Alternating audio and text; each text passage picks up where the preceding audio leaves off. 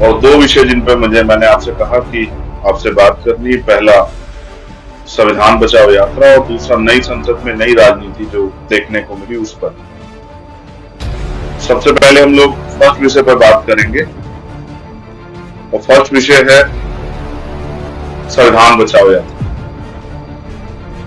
मध्य प्रदेश में 6 से 7 जिलों में हम लोग गए। मैं उन सभी साथियों का धन्यवाद करूंगा जो लोग इस संविधान बचाओ यात्रा में लगातार मेरे साथ थे। कई तरह की परिस्थितियों का सामना हुआ।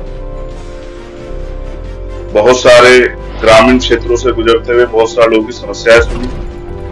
रात में कार्यकर्ताओं के साथ कैडर में शामिल होने का मौका मिला, उनको समझाने का मौका मिला और सड़कों पे माताओं का, बहनों का, बुजुर्गों का, नौजवानों का प्यार देखने को मिला। ये एक अलग तरह का एक्सपीरियंस और मेरे लिए इसलिए भी बहुत महत्वपूर्ण था कि जब एक तरफ मेरी जान लेने के लिए कुछ लोग जो हैं प्रयास कर रहे हूं,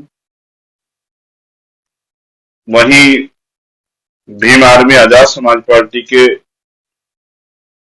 युवा साथियों द्वारा, भाइयों द्वारा एक सुरक्षा चक्र बना के जिस तरह से यात्रा को पहले चरण को पूरा कराया गया, ये बड़ा ऐतिहासिक था। उनका प्यार, उनका त्याग, उनकी ईमानदारी, उनका संघर्ष देखने लायक था। खूब आनंद आया। मध्य प्रदेश के साथियों का, एक एक साथियों का धन्यवाद। जो जिन यात्रा प्रभारी बनाएंगे तो उनका धन्यवाद। जिन लोगों ने जिस तरह से भी तन मन धन से जो सहयोग किया, खाना खिलाया, लेटने की जगह दी, उन सबका धन्यवाद। एक बहुत अच्छा एक्सपीरियंस था। कई नई बातें कि आज भी 200-250 रुपए की दिहाड़ी यानी कि मानदेय वेतन पर जो है लोग रोजाना काम करते हैं पेट पालने के लिए। कई इस तरह की बातें कि आज भी असमानता, जातिवाद मध्य प्रदेश में बड़े पैमाने पे है, सामंतवाद बड़े पैमाने पे है। आज भी कई जगह पे घोड़ी निकालने पे, स्वाभिमान सम्मान का जीवन जीने पे तमाम तरह की परेशानियों का सामना करना पड़ता है। ये भी एक नए तरह का एक्सपीरियंस था। और क्योंकि यात्रा मंदसौर जाते हुए राजस्थान के भीलवाड़ा डिस्ट्रिक्ट के आसपास, भीलवाड़ा के आसपास डग विधानसभा, उसके साथ वाली विधानसभा से भी निकली तो पूरे पूरे गांव के लोग काम छोड़ के सड़कों पे थे। माताएं, बहनें, प्यारी प्यारी बच्चियां, जिनको बहुत सारी उम्मीद, आशाएं भीम आर्मी आजाद समाज पार्टी से। और ये तब था कि जब बहुत बड़ा कोई प्रचार तंत्र नहीं था। कोई गांव ऐसा नहीं था जिसके बाद लोग ना खड़े हों। 2-2 किलोमीटर अंदर गांव से सड़क पे आके खड़े होना और घंटों इंतजार करना। ये जो काम करने की उम्मीद हम लोग लेके चले हैं, उसको एक बहुत बल देता है, हमारे आत्मविश्वास को मजबूत करता है। संविधान बचाओ यात्रा के सहयोगी साथी जिनके विचारों से संविधान बचाओ यात्रा आगे बढ़ी, उनका भी धन्यवाद। Specially Azad Samaj party Bhim army committee का धन्यवाद।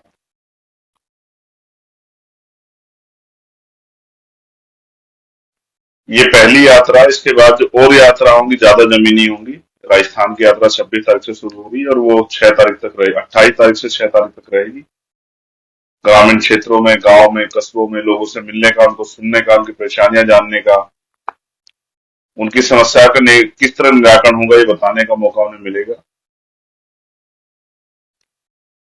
खूब फूल फेंके गए, खूब बारिश में लोग खड़े रहे। एक गांव तो ऐसा था, कमेर शायद नाम है उसका,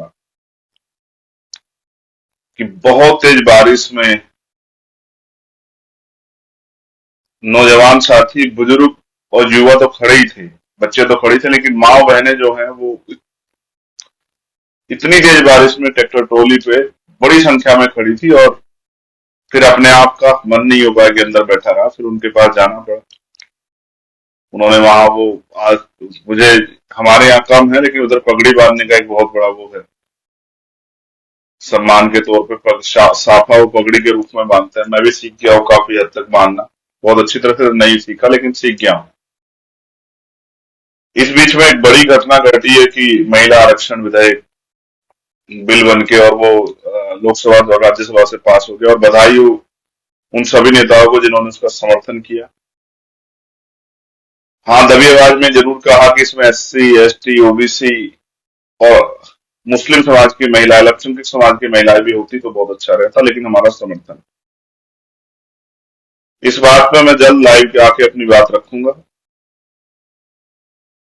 कि मैं इससे कितना सहमत हूँ, और अगर जिम्मेदारी के तौर पे कहूँ क्यों सहमत नहीं हूँ ये भी रखूंगा। मैं इस पे सहमत नहीं हूँ, क्यों सहमत नहीं, बहुत जल्दी एक लाइव के माध्यम से रखूंगा कि इससे कितना बड़ा नुकसान वंचित वर्ग का, और मैं और हमारे साथी इसको इतनी आसानी से जो है इस षड्यंत्र को कामयाब नहीं होने देंगे। इसके विरुद्ध हमारा जो आंदोलन, मैंने बहुत सारे नेताओं को सुना उस समय के जब पिछली बार बिल आया था, और जिस तरह से उन्होंने विरोध दर्ज कराया वो ऐतिहासिक था।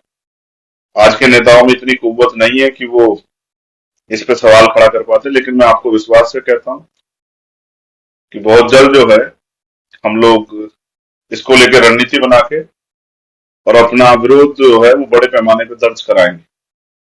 उसके साथ साथ बीएड के बच्चों का एक इश्यू हुआ। मैं बीएड के विद्यार्थियों के आज भी साथ हूं, और उनकी लड़ाई को बहुत जल्द उनकी लीडरशिप जो लोग काम कर रहे हैं उनके डाटा इकट्ठा करके उनसे बात करके एक बड़े प्रोटेस्ट को हम लोग करेंगे।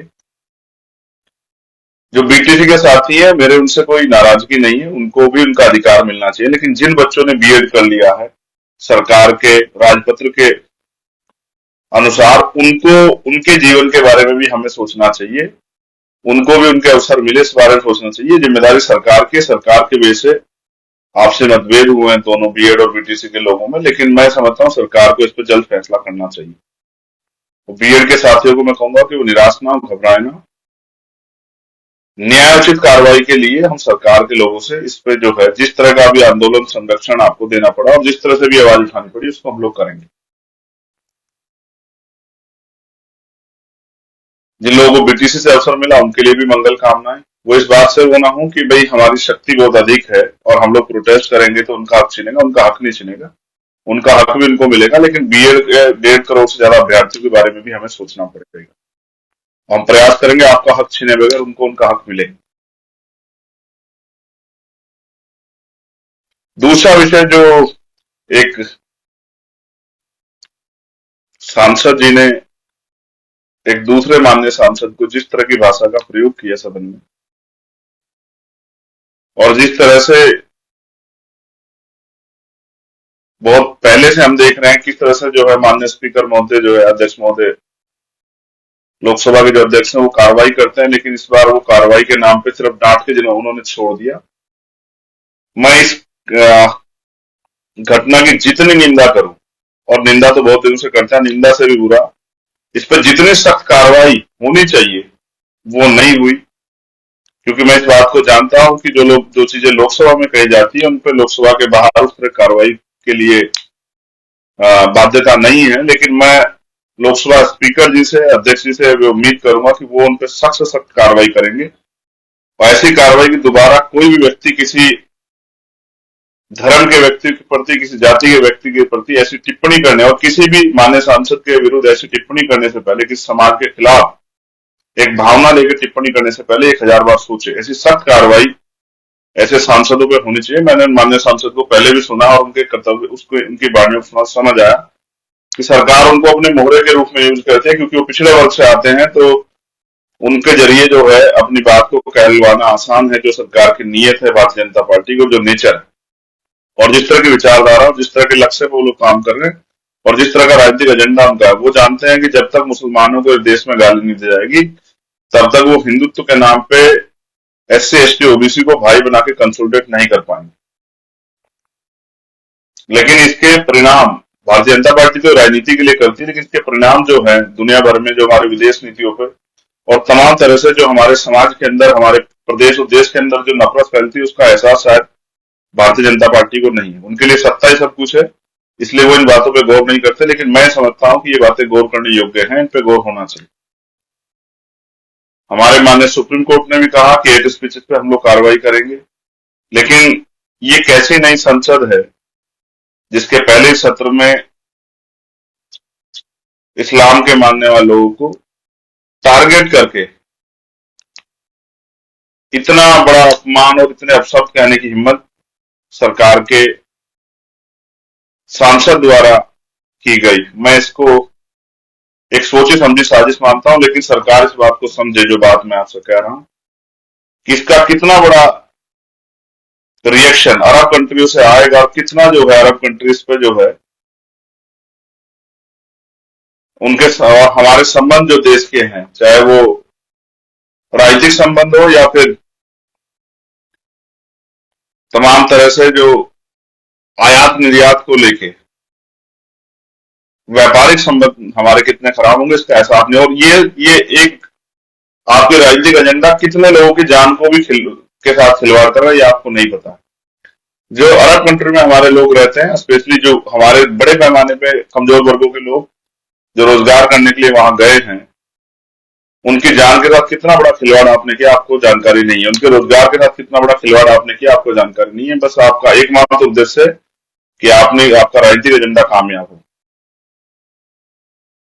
मैं लोकसभा में तो नहीं हूं, अगर मैं लोकसभा सदस्य के रूप में होता तो शायद वही इस पे हम लोग जो है अपनी जवाबदेही सुनिश्चित करते। मुझे विपक्ष के साथियों से भी ये कहना है कि उसी दिन सदन को बंद करवा देना चाहिए था। उसी दिन जो है सदन के बाहर तत्कालिक रूप से हड़ताल पर बैठ जाना चाहिए था, आंदोलन करना चाहिए था,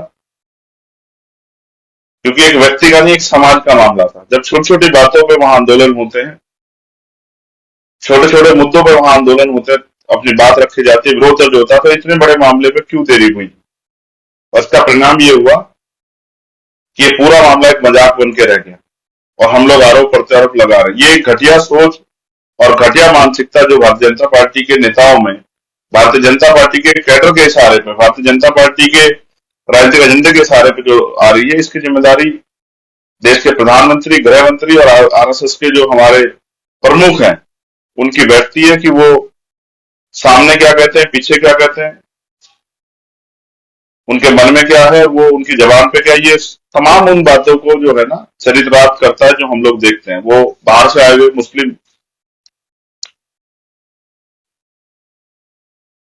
जो अभी G20 में भी है, उनका किस तरह से उन्होंने सम्मान किया। वो जब दुनिया में जाते हैं अरब कंट्री, किस तरह वो लोग उनका सम्मान करते हैं, और भारत के मुसलमानों के प्रति किस तरह की नफरत का माहौल जो है भारतीय जनता पार्टी के नेता बना है।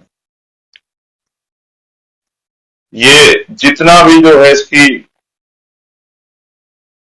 पे खेद प्रकट किया जाए, इस पे सवाल किया जाए, इतना कम है। ये मामला चुप्पी थामने का नहीं, दोबारा ऐसी घटना ना हो, इसलिए इस पे सख्त से सख्त कदम उठाने की जरूरत है। मैं जब यात्रा में था, मैंने कई बार इस पर सवाल खड़े किए। इसमें भारतीय जनता पार्टी को भी देरी करने की जरूरत नहीं है। उनको भी, वो बहुत पसमानदा और बहुत मुसलमान और मुसलमानों की जो है बात करते हैं, मुस्लिम बहनों की बात करते हैं, लेकिन उनके सांसद के बयान पे देश के प्रधानमंत्री को माफी मांगनी चाहिए थी देश से, कि जिस संसद का बड़ा गुणगान करे, उस संसद में क्या जो है, किस तरह लोकतंत्र का चीरहरण हुआ, किस तरह से संविधान का चीरहरण हुआ, किस तरह से उनके सांसद ने देश की एकता अखंडता को ठेंगा दिखाने का काम किया, अपमानित करने का काम किया लोकतंत्र को। इस पे जो है जवाबदेही सुनिश्चित होनी चाहिए थी, मगर ये नहीं हुआ। एक भय, एक डर, एक समुदाय के प्रति उस तरह का माहौल बनाया जा रहा है। इस देश के दलित आदिवासी तो सदियों से अन्य अपमान सहते आए, लेकिन गांव गली बस्ती चौराहे पे ये रोज होता है, मुझे पता है। आम गरीब कमजोर मुसलमान के साथ ये होता है, मैं इस बात को समझता हूं, लेकिन संसद में अगर ये हो रहा है तो इसका मतलब भारतीय जनता पार्टी उस डर, उस दहशत को समझ रही है जो आने वाले कल में जनता में जो आक्रोश उनके खिलाफ पैदा होगा। तो हमसे जो भरसक प्रयास होगा हम लोग उस पर करेंगे, और मैं प्रयास करूंगा कि भाई दानिश जी से भी हम लोग मुलाकात करके उनकी पीड़ा को कम करने का काम करेंगे, उनके दुख को बांटने का काम करेंगे। लेकिन इससे भी बड़ा दुख बांटने से और उनके साथ खड़े होकर इस लड़ाई को लड़ने में भी हम लोग जो है पीछे नहीं हटेंगे। और बहुत जल्द मैं जब यात्रा से फ्री होने के बाद राष्ट्रीय स्तर पे जो है इस तरह के जो तमाम कमजोर वर्गों के खिलाफ जो साजिशें हो रही है, जो अन्याय हो रहा है, उसका जवाब हम लोग राष्ट्रीय स्तर पे दिल्ली में इस संसद भवन का घेराव करके ही उसका जो है जवाब लेंगे सरकारों से। ये इस तरह का माहौल, इस तरह की भाषा, इस तरह के विचार किसी भी कीमत पर बर्दाश्त नहीं किए जाएंगे। मैं अपनी बात के जरिए सरकार के लोगों से, लोकसभा अध्यक्ष जी से ये निवेदन करूंगा कि माननीय सदस्य पे ठोस कार्रवाई जो है, कड़ी कार्रवाई, अनिश्चितकालीन बैन या अपने स्तर से मुकदमा लिखवा के उनको जेल भेजना चाहिए, जिससे कि दोबारा कोई ऐसी गलती ना करे। अगर अब इस बार उन पर कार्रवाई नहीं हुई तो ये ट्रेंड बन जाएगा, दोबारा फिर कोई किसी मुसलमान को इस तरह के शब्द कह के अपमानित करने का काम करेगा। किसी को अधिकार नहीं बिना इतिहास को जाने कि इस देश में मुसलमानों का आजादी की लड़ाई में कितना योगदान है, ये जाने बगैर कितनी कुर्बानियां हैं। रेशमी रुमाल तारीख से लेकर और जो तोपखाना जो है गंगों में लूटा गया, जो तमाम तरह की मुसीबतों का सामना जो है देश के क्रांतिकारियों के साथ खड़े होकर मुस्लिम साथियों ने किया, भाइयों ने किया, इस तरह से उनको पूरे समाज को संदेश देने के रूप में, अपमानित करने के रूप में उग्रवादी, आतंकवादी कहना, ये बहुत ही दुर्भाग्यपूर्ण है और ये किसी भी कीमत पर स्वीकार्य नहीं। जो आतंकवादी हैं, जो उग्रवादी हैं, जो देश को बर्बाद करने वाले, उनके चेहरे बहुत जल्दी बेनकाब हो रहे हैं और जनता इस बात को जान भी रही। ऐसे संगठन जो धर्म और जाति के नाम पे हिंसा फैलाते हैं और जिनका मकसद होता है कमजोर को कुचलना, ऐसे संगठन भी जो है वो भी आप लोगों के सामने आ रहे हैं और उन पर कार्रवाइयां भी हो रही। लेकिन मैं अपने साथियों से कहूंगा, राजस्थान के मेरे साथी, वो क्योंकि बहुत सारी जगह यात्रा नहीं जा रही, तो जहां जहां पहले फेज की यात्रा जाएगी वो लोग अपनी तैयारियां कर लें और समाज इस बात के लिए तैयार है। इस तरह की बहुत सारी घटनाएं करा के, इस तरह के शब्दों का यूज करके और रणनीतिक रूप से कुछ तरह करके देश और प्रदेश के माहौल खराब करने का प्रयास किया जाएगा। हम लोगों को मिलकर इस लड़ाई का सामना करना है। इस अन्याय के खिलाफ इस लड़ाई में मैं अपने भाइयों के साथ खड़ा हूं। किसी भी तरह से दमन का जवाब जो है हम लोग संवैधानिक तरीके से देंगे कि दोबारा कोई ऐसा ना करे। और तमाम मैं अपने कार्यकर्ता, पदाधिकारी, नेताओं से निवेदन करूंगा कि वो आज के हालातों को समझ के जनता को समझदार बनाने में, जनता के सामने जाकर अपनी बात रखने में जिम्मेदारी अदा करे, जनता को जागरूक करे। और संविधान तब बचेगा जब संविधान विरोधी भारतीय जनता पार्टी की सरकार केंद्र और स्टेटों से हटेंगी और उनके साथ साथ मानवतावादी सोच वाली आजाद समाज पार्टी के विधायक और नेता जीत के सदनों में जाकर कमजोर वर्गों के हितों की रक्षा के लिए लड़ेंगे। जब तक भारतीय जनता पार्टी सत्ता में रहेगी तब तक संविधान सुरक्षित नहीं है और तब तक संविधान की सुरक्षा हो भी नहीं सकती। इसलिए इनको निकालने के साथ साथ अपनी ताकत भी बनाना, क्योंकि अपनी लड़ाई किसी दूसरे के भरोसे नहीं छोड़ सकते। बहुत दिन छोड़ के रखे, उसके परिणाम क्या हुए आप ये बेहतर जानते हैं। तो मैं कमर कसने के लिए कहूंगा, मैं पुनः मध्य प्रदेश के साथियों से और राजस्थान के साथियों से, और 9 अक्टूबर को धामपुर, बिजनौर, नगीना लोकसभा क्षेत्र में जो रैली होने वाली है उसके लिए भी उत्तर प्रदेश के साथियों को, जो पश्चिम के साथी हैं, उनको कहूंगा कि वो तैयारी कर लें। अपने छोटे छोटे साथियों से पहुंच के अपनी रैली को सफल बनाना, ये आपके मान सम्मान की लड़ाई है। और ये संदेश भी है सरकारों को कि हम किसी भी कीमत पे, भले ही हमारे विधायक एमपी ना हो, लेकिन अन्याय हम लोग कमजोर वर्गों पे बर्दाश्त नहीं करेंगे।